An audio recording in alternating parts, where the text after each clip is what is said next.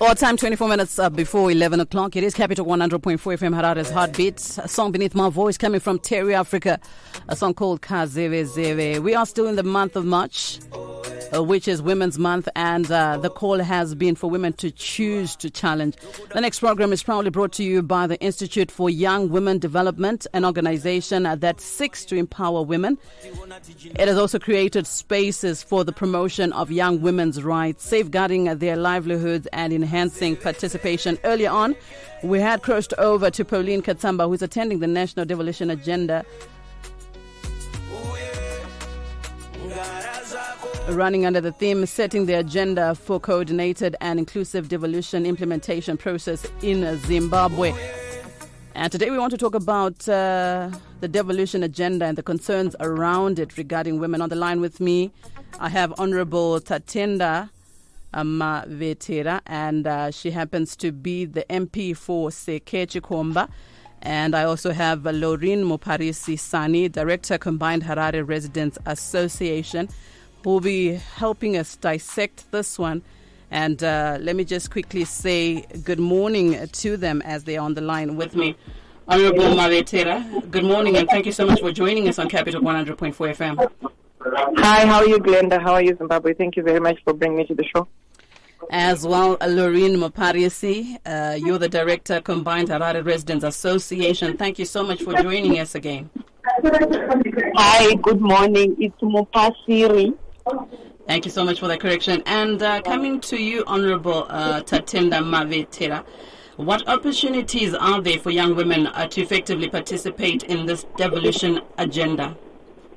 Thank you very much, Glenda. We are very happy that now at least we've got principles that have been put in cabinet that want to make sure that at least we are able to have a provincial and metropolitan councils act. So what it then does is that people need to be looking forward to certain issues, which I think now the first opportunity that is there is that of procurement. Now, women, we always get into business, and this business then is easier when we have got a market. So when we talk of procurement and when we talk of devolving or letting all the relevant activities then go to the grassroots, what it then does is that there we have an opportunity for women to get involved in business, for women to get involved in procurement, so that at least they can then be able to achieve the middle income economy that we're looking at. The second opportunity that is there is that of inclusion and also women getting involved in positions of authority. There we have got Provincial Councils Act being there. So what we then need to do is to look at the representation. The representation needs to be gender sensitive in line with our constitution, whereby we'll have 50-50 in the Provincial Councils Act. So there is an opportunity. Again, also there is an opportunity when we are devolving, we're going down straight to the grassroots. So there we have to make sure that at least now, even having the traditional council, the Traditional Leaders Act, also being able to involve women to get into leadership positions.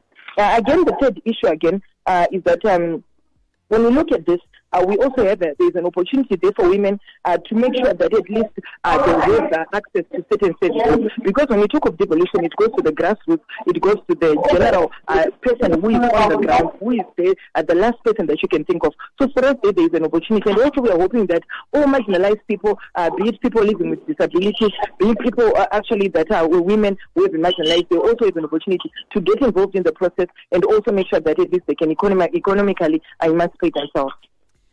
Now, speaking of gaps, I know that there are gaps that really exist around this.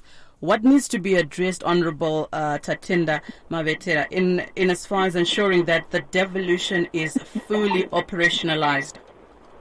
Okay, the gap which is there, the major gap and the setback that is there is that of not having that act in place.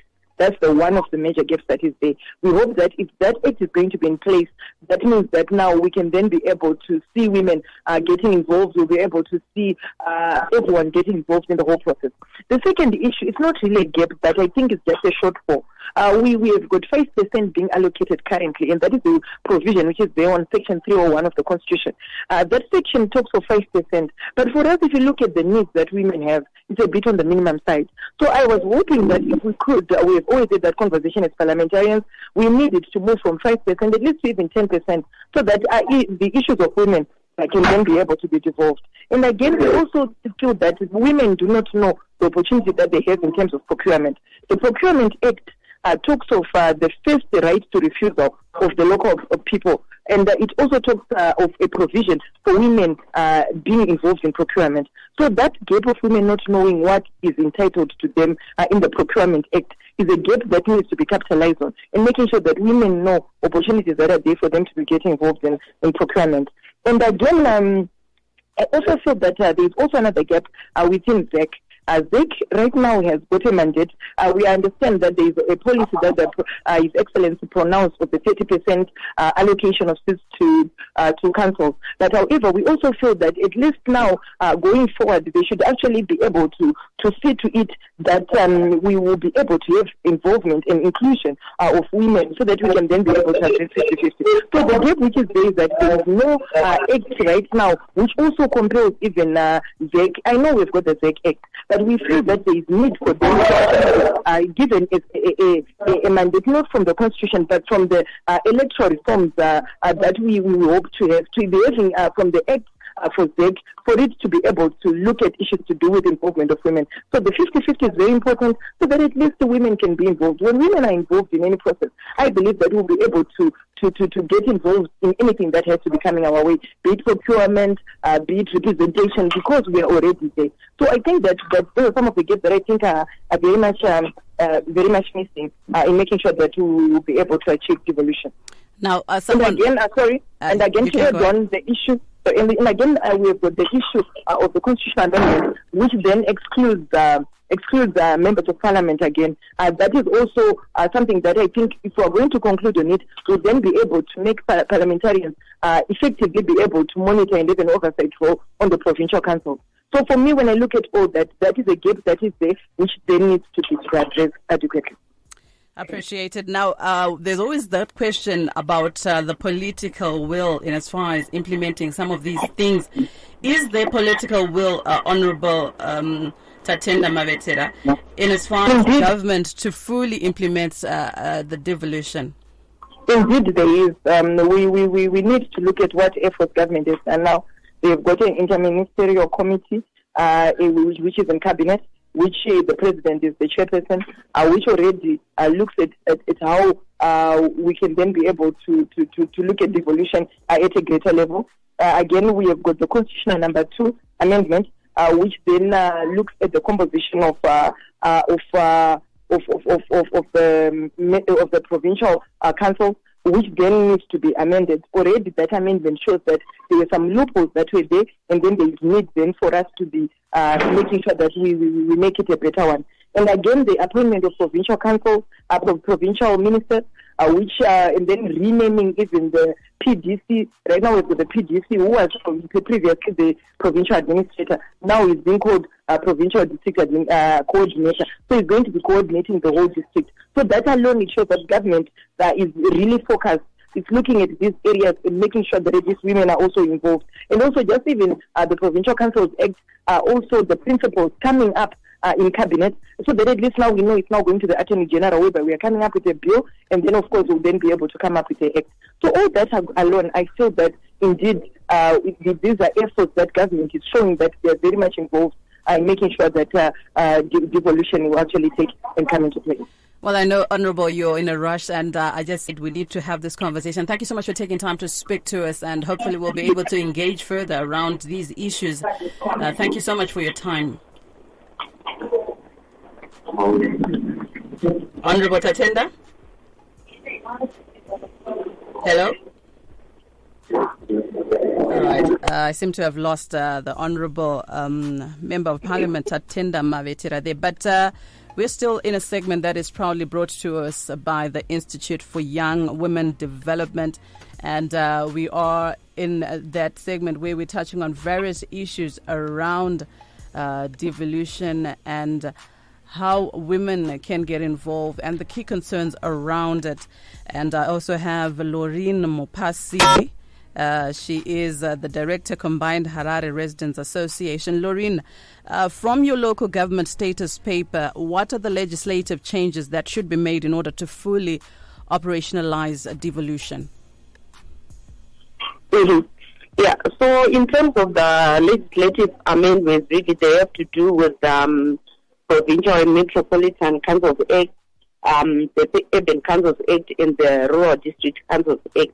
So in terms of the alignment, what is needed is to ensure that sections within this act that are contradicting the constitutional principles and provisions are then aligned with the Constitution. I'm glad that the government is already in the process of aligning these legislative acts in line with the Constitution. And one of the key issues really is around the issue of powers and functions that should be devolved to local authorities and also to provincial councils. And from the position of residents and other CSOs, it's really around the issue of, for example, road licensing, to say that the road licensing should be devolved to provincial councils so that it capacitates these local authorities and councils to address the road networks within their local constituencies and within their areas of jurisdictions. Another issue also has to do with, the issue of decision-making power being devolved to local authorities where they have the power to decide on matters that are within their jurisdictions, and this is provided for in Chapter 14 of the Constitution. And also the other issue is around resource mobilization and also budgeting, so that we cut the red tape where sometimes budgets they take time to be approved because they have to be from the local authority and they have to go to the Ministry of Local Government, who then have to approve and so forth. But if these functions and decision-making powers are devolved to local authorities, it increases efficiency in terms of the work that they are doing and also the services that they have to provide to citizens. So these are some of the issues that we are also focusing on and engaging with government on. Thank you so much. Now, Tino Tenda also joins us. Tino Tenda Chihira, a Knowledge Management Documentation and Advocacy Coordinator at Institute for Young Women Development. Tino, thank you so much for joining us this morning. Thank you very much. Good morning, Zimbabwe. Now, you are there. Tell us about the purpose of today's national dialogue. Is it critical for us to be having this dialogue? Yes, it's a very critical conversation, especially in light of the fact that we are in possession of a judgment by the High Court of Zimbabwe, which mandated the state to enact enabling legislation that ensures that devolution is implemented in the country. Now, it being the 30th of March, this is a timely conversation. Also, in light of the fact that All right, I seem to have lost someone there. Let me just try to get back Loreen. It is Capital 100.4 FM, Harare's Heartbeat. Do stay locked on right here on the big station.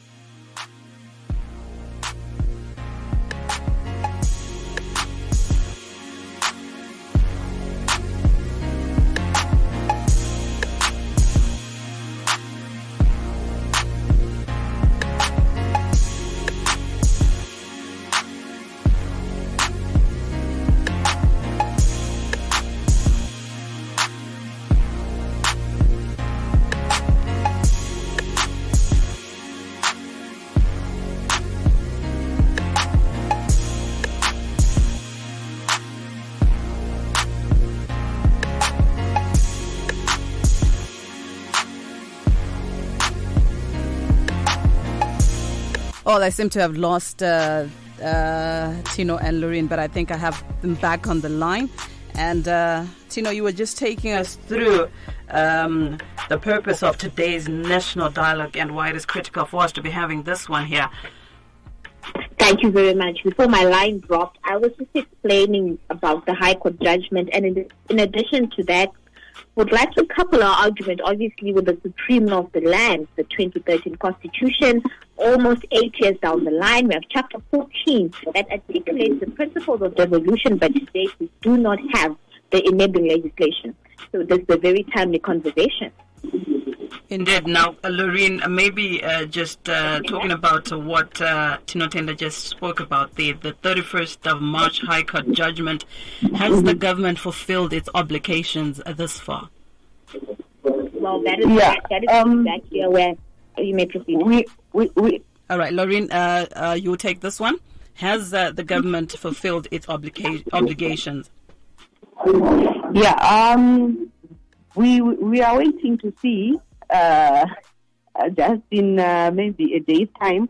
But what I know is that they already have done a bill on the Provincial and Metropolitan Councils Act. They now have a bill on the Urban Councils Act and also the Rural District Councils Act, but I think they are still in draft stage. So if these bills, if they are able to produce these bills the 31st of March, then they would have complied with the court order. Because what I know is that the process for the amendment of the Urban Councils Act and the Rural District Councils Act it was actually done last week, and we are having a meeting tomorrow just to get an update from them in terms of what they have done, the progress that has been made. So as of now, I'm not able to confirm really Kutivava Papi in terms of developing those bills that were stipulated in the court order, but we are getting that update tomorrow. Beautiful stuff. Now, Tino Tenda, from the interactions yesterday, what are the demands of the young women concerning devolution? Well, we are happy to say that as the Institute of Young Women Development, when we came to this conversation, we did not come alone. We came with the young women from Mash Central and other young women from other provinces of Zimbabwe. And what they are articulating and what they are asking for is a quota system. They would like a reserved quota system in the devolved powers. That is 50% for women, and of that 50%, we would like 25% to be reserved for young women. Just as we have seen, we are joined here by Honorable Tindama Maritera, a young woman, showing that indeed we are capable of taking up space in this decision-making spheres. Now, coming to you, Lorraine, around Nyayayema demands, in as far as the residents are concerned, from the interactions that were done yesterday, what are the demands from the residents' point of view concerning devolution? Mm-hmm.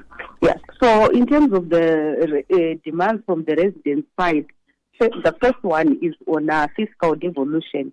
To say that these lower tiers of government that have been created, the provincial councils and the local authorities, they should be financed so that they can be able to operate and also deliver on their mandate. So what we are saying in terms of fiscal devolution, like I referred earlier, this includes functions like licensing.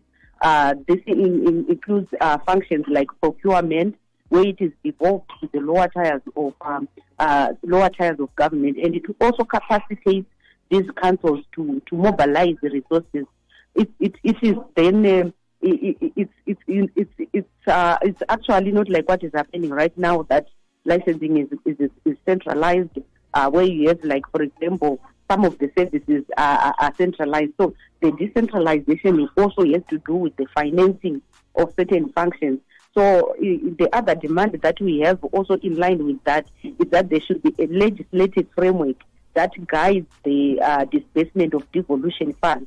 Because when we have a legislative framework, it helps the citizens to then monitor and also demand accountability from the local authorities in terms of how they are using those devolution funds.